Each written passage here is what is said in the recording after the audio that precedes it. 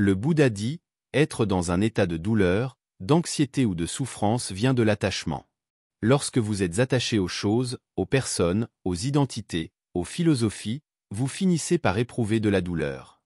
Mais vous n'avez pas besoin de souffrir si vous vivez dans un état sans attente ou si vous vivez simplement votre vie.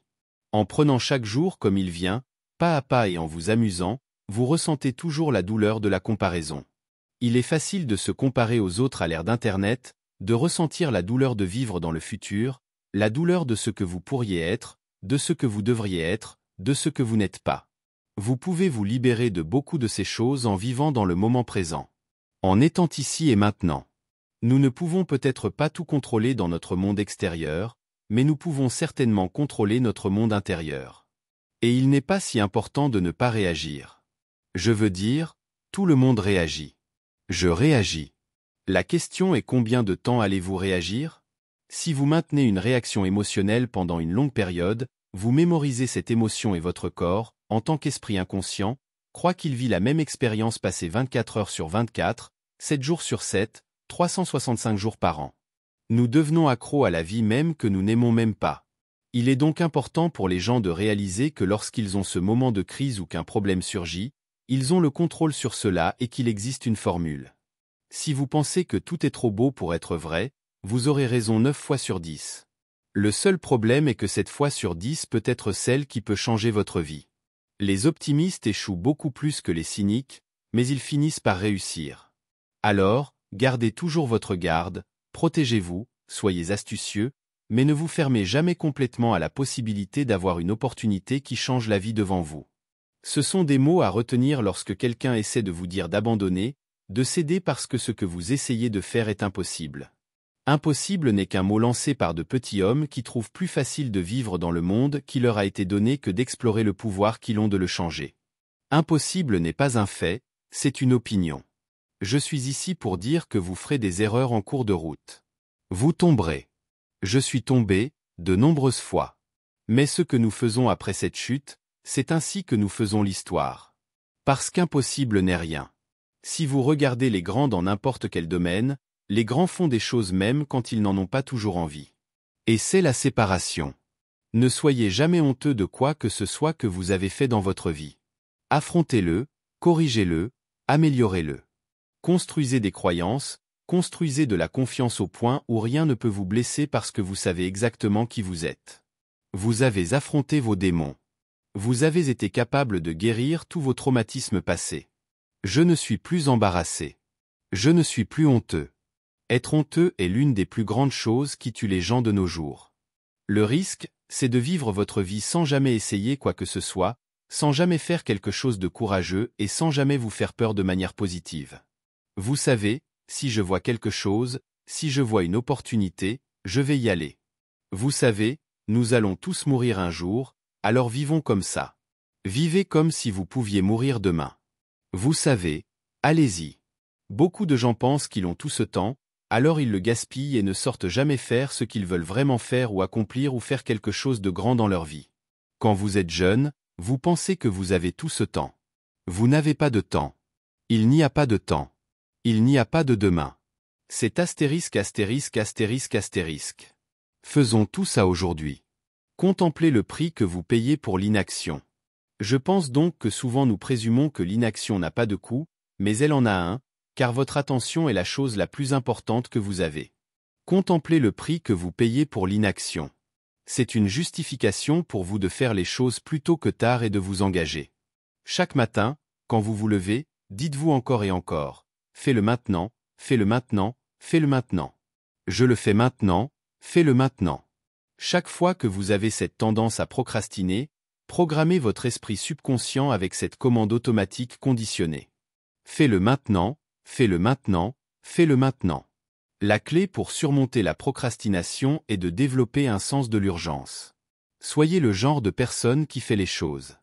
En gros, soyez le genre de personne qui se lance rapidement dans une tâche, dites-vous encore et encore, fais-le maintenant, fais-le maintenant, fais-le maintenant. Savez-vous que moins de 2% de la population a un sens de l'urgence et qu'il n'y a pas d'exemple de personne réussie nulle part qui n'ait pas un sens de l'urgence? Si vous développez simplement un sens de l'urgence, lorsque quelqu'un vous donne une tâche, que vous l'honorez et la faites rapidement, cela vous propulsera rapidement dans les premiers rangs. Comment essayer de leur faire comprendre alors qu'ils ne se comprennent même pas eux-mêmes? Ils jugent vos actions mais ne se soucient même pas de réfléchir aux leurs. Ils critiquent chacun de vos mouvements alors qu'il avance à l'aveuglette. Vous essayez de gagner le respect des mauvaises personnes. C'est des pommes et des oranges.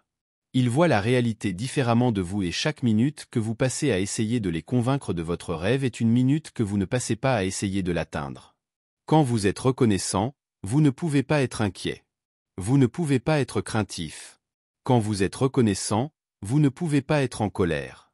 Et la colère et la peur sont ce qui gâchent le plus les gens dans leurs relations, leur vie et leurs affaires.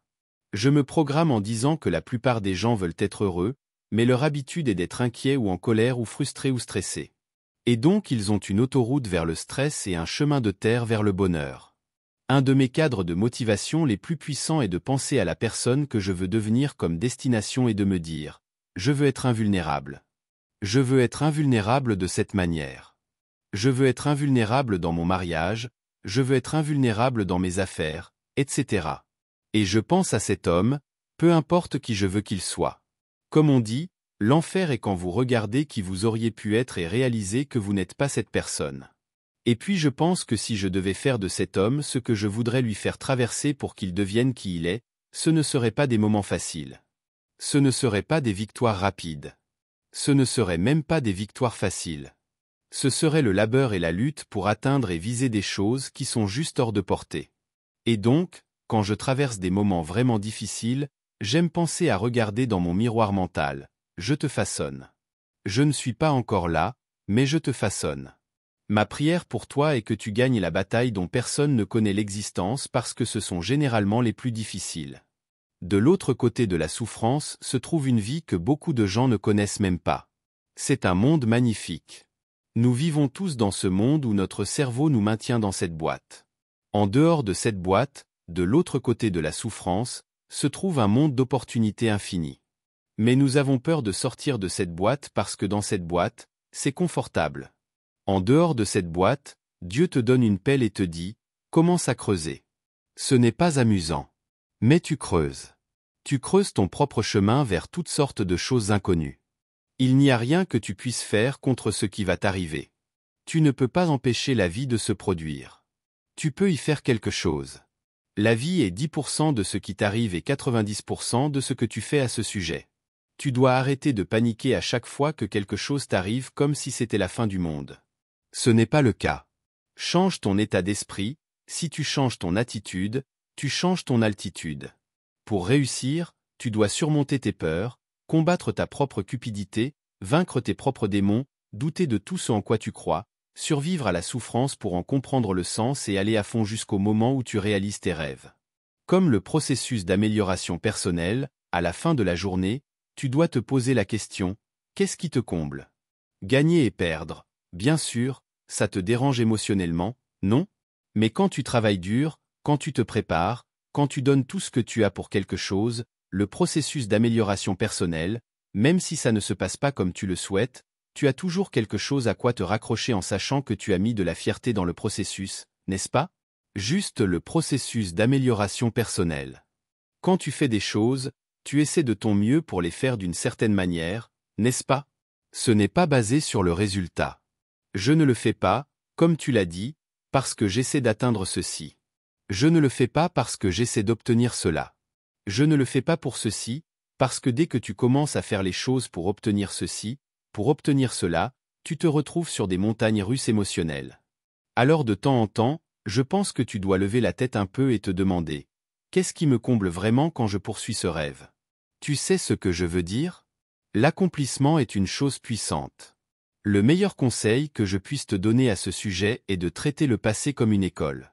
Laisse-le t'enseigner les erreurs que tu as commises, les choses qui ont mal tourné, les choses qui n'ont pas fonctionné. N'utilise pas le passé comme un fardeau à porter, et n'utilise pas le passé comme une massue pour te battre. Oui, perte passée, échec passé, erreur passée. Mais laisse le passé être une école. Une école difficile, peut-être. Nous avons tous traversé des moments difficiles.